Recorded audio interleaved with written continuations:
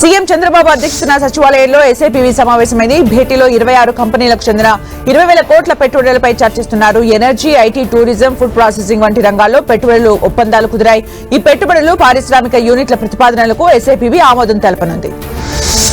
AP రాజధానిగా అమరావతికి చట్టబద్దత కల్పించే ప్రక్రియ ప్రారంభమైంది. ఏపీ రాజధాని చట్టంలోని 5 క్లాస్ 2 సెక్షన్ 7కు కేంద్రం చర్యలు చేపట్టింది.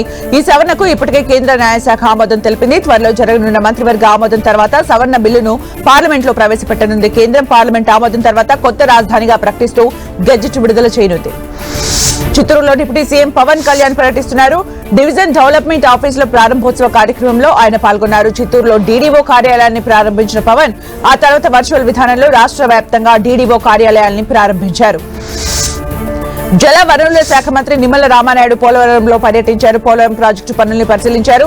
Polavaram right connectivities gap 1, ECRF gap 2 D-wall పనుల్ని మంత్రి పరిశీలించారు. అనంతరం ప్రాజెక్టు పనుల పురోగతిపై అధికారులు, ఏజెన్సీల ప్రతినిధులతో సమీక్ష నిర్వహించారు. మంత్రికి ప్రాజెక్టు పనుల పురోగతిని అధికారులు వివరించారు. అనంతపురం జిల్లా సెట్టూరు మండలం చిన్నపల్లిలో ఎమ్మెల్యే అమిలినేని సురేంద్రబాబు పర్యటించారు. గ్రామంలో రైతన్న మీకోసం కార్యక్రమంలో అధికారులు, కూటమి నేతలతో కలిసి పాల్గొన్నారు. ముందుగా గ్రామంలో నూతనంగా నిర్మించిన సీసీ రోడ్లను ప్రారంభించారు. లిక్కర్ వ్యాపారానికి తనకు ఎలాంటి సంబంధం లేదని ఎమ్మెల్యే స్పష్టం చేశారు. అనంతపురం జిల్లా కళ్యాణదుర్గంలోని అన్నా క్యాంటీన్ ను ఎమ్మెల్యే అమిలినేని సురేంద్రబాబు తనిఖీ చేశారు. 5 రూపాయలకే అందిస్తున్న నాణ్యమైన అల్పాహారం, భోజనం, వసతుల ఏర్పాట్లపై ఆరా తీశారు. పేదల పొట్ట నింపేందుకు ప్రభుత్వం చేపట్టిన అన్నా క్యాంటీన్ సేవలు ప్రజాదరణ పొందినాయని ఎమ్మెల్యే తెలిపారు. అల్పాహారం నాణ్యతను స్వయంగా తిని ఎమ్మెల్యే పరిశీలించారు.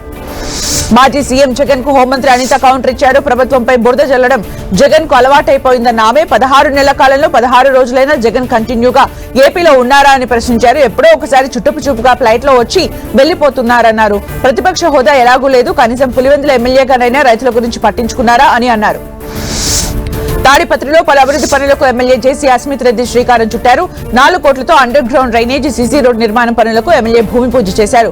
గాంధీ కట్టె నుంచి నంద్యాల రోడ్డు వరకు ఉన్న ఓపెన్ డ్రైనేజ్ కాలువను మూసివేసి అండర్ గ్రౌండ్ డ్రైనేజ్ ఏర్పాటు చేశారు.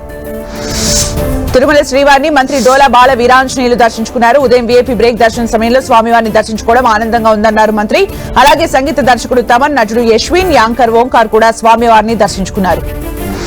నెల్లూరు జిల్లాలో కురుస్తున్న కుండపోత వానలతో వాగులు, వంకలు పొంగిపొర్లుతున్నాయి. దీంతో రోడ్లన్నీ జలమయమయ్యాయి. Magunta layout under bridge, VRC under బ్రిడ్జ్ల వద్ద భారీగా వర్షపు నీరు చేరింది. దీంతో బ్రిడ్జ్ దగ్గర వరదలో కారు సహా ఇతర వాహనాలు చిక్కుకుపోయాయి. అటు పంట పొలాలు సైతం చెరువుల్ని తలపిస్తున్నాయి.